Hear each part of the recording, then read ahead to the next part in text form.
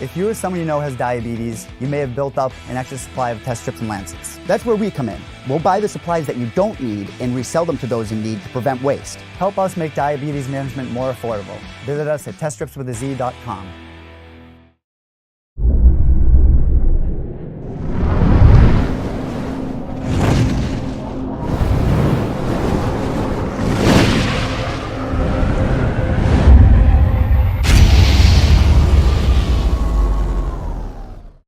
Logan, you dominate the fight, you out-wrestle him, you're a guy who has wrestling training, and yet most people are still booing this kind of fight. Does it ever get frustrated that you can do a performance like this where you basically dominate in all aspects and yet people are still upset because it's not rock and sock and robots? People don't get it. They don't understand high-level wrestling, and I've said that over and over again. Very few understand the positions and the dominance that just happened out there. Like I said out there, he fought Ed Ruth, who's a 3-time Division I national champ, and he took Ed down twice, and he got away from him, and he won some scrambles, and he fought Larkin to a very close fight, and Larkin didn't really do much damage. I just went out there for 15 minutes, and he couldn't do a thing, and I get it. I couldn't land super big shots, but he didn't do anything. He couldn't get away. He was exhausted. I broke him the whole time I was out there. So everyone booing and everyone, I want to say what they don't get it. They don't understand the level of wrestling and just pure domination that just happened out there. And if they want to boo it, they can boo it. I don't care. Does he get it? Because obviously, it looked like he spit his mouthpiece out of you, obviously yelled some stuff. What did he say to you in that moment? And then what did you guys say after the fact, like after your game was raised? Yeah, I honestly wasn't looking at him. I don't know if he thought that I hit him after the bell or something. I clearly didn't. And then when we were back in the doc's room, he just said, "Good fight, you're a hell of a wrestler." And, and I wondered if he was just pissed off that he got helped out. Yeah. I don't know. He couldn't do anything, for 15 minutes. So I don't know why he did it or why he spit his mouthpiece out, but he did, so. Is that more satisfying for you as a fighter, as an athlete, to break somebody the way you broke somebody tonight as opposed to just getting a flash knockout or a flash finish? To be able to dominate a fight like that and really have control from start to finish, break a guy, does that kind of enhance it more than just getting a quick finish? No, because I know I can grind guys out. I know that I can, take guys the distance and break them. I've done it at the college level for 4 years against the best wrestlers in the country. So I don't have to prove that to myself or anybody else. I've done that before. Getting those knockouts and those finishes and those TKOs, those are nice, But very few guys, even on his feet, really, he didn't really get that close. He hit an uppercut, and that's about it. He didn't get close enough because he didn't want me to take him down. And so, not very few guys have actually came after me, and the ones that have got taken down and beat up, and the other ones, I keep the pace going forward and take them down and beat them up anyway. What do you think's next for you? I mean, you've won a couple of co-main events now. Are you looking to take a step up in names? Maybe somebody that was in the tournament that didn't follow through and get to the finals. What are you looking for next? I talked to Rich and Scott and my agent, and we'll see what they come up with. Like I said in all my interviews, I look forward to what's in front of me, and that was that fight right there. I don't look too far ahead. I don't talk about doing this and doing that. I take care of what's in front of me first, and I've done that 10 times in a row now. And everybody wants to talk about, I'd beat this guy, I would do that. That's just BS. It's just talk. And everybody wants to be in that game. I've just put my head down, go to work, and beat people up, and then talk to Bellator and talk to my agent and see what they say.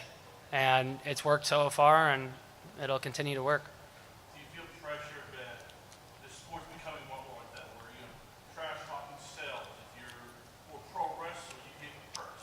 As you said, if you're a guy who signed a contract to show up, does it bother you that it seems if you'll do that, it's going to be harder for you to get fans on your side, get away because people want to show. It isn't when you're winning. They want to see you winning where they go, wow, I can't believe I missed that. That was a great performance.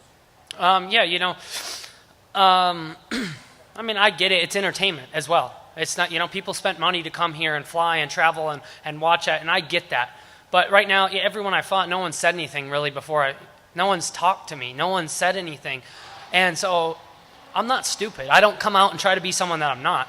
Now, if someone has something to say or wants to get smart, I'll do it then. But I haven't had to do it, and I'm not going to put on a fake performance like so many people right now that are in this fakes. They're just in this business of being fake, and I'm not that. And so if people want to call me boring, boo me, hate me, I don't care. And that's the honest truth, which very few fighters will come out and say. They just talk because they want 5 minutes of fame. I don't care about that. I know I'm going to get it at the end when I start beating number 5, number 3, beat the number 1 ranked guy, and then I get the chance. Then it comes. But it comes with going out there and performing, and then you can start talking and saying whatever because now you deserve it. But I don't want to just talk my way up. I want to deserve that shot when it happens. So, and it'll be soon. But right now, I just dominated a very tough guy for 15 minutes. So.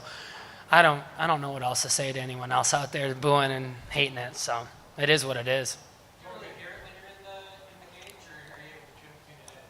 I mean, you hear a little bit, but they don't understand how tired he was. That he couldn't do anything. That's what we watch very high level grapplers, and I've watched the sport since I was very little, but very few people can do that to a high-level wrestler or to a guy that strong and powerful for 15 minutes. He couldn't do anything, not one thing. And so that's where people booing, they just don't get it. They don't get it. Logan, I know you don't want to call any brand name. You don't want to do that. Fortunately, a lot of times, the squeaky wheel gets the oil. The guy who's not talking doesn't get the matches. Mm-hmm. Are you worried that might backfire you? You take a long road, slowly, instead of getting fights that you think you might deserve? No, because the welterweight tournament's going on right now. And so when that's done, it's going to take a while. I knew it was going to take a while, especially, after Rory's fight and guys getting hurt.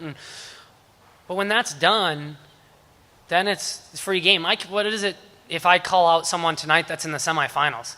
It doesn't do anything, that's a long ways off. And once again, it's just talk. So that's why I don't really have much to say of, anyone, because there's a couple fights coming up now that we'll see who's left out of these guys, see who the losers are, and we'll see who I get to fight next. But it's just hard to, pick out a name, and especially a guy that's in the semis or whatever, and I want you, and then, it's a year and a half later. So it's kind of tough with that tournament. Follow-up question. You recently said that you think you're the best wrestler in Bellator. I'm sure there's other wrestlers that feel the same way. Do you want to go against a wrestler? Who? Who's a better wrestler? No, I don't know. Who? Bader? I'm guessing Ed Ruth probably has Yeah, no. Ed Ruth beat me. Ed Ruth beat me in college twice. That was an 18-year-old kid. That was 8 years ago. Ed Ruth fought Pascu and couldn't do that. And I respect Ed Ruth a lot. I really do. But MMA wrestling is different. And it's a different Logan Storley than it was as an 18-year-old true freshman wrestling for the University of Minnesota compared to what I am now. And so, there isn't a better wrestler. I truly believe that can put things together, that can scramble in any of those weight classes. I don't think there is. And so, to me, there isn't a better wrestler. There really isn't. You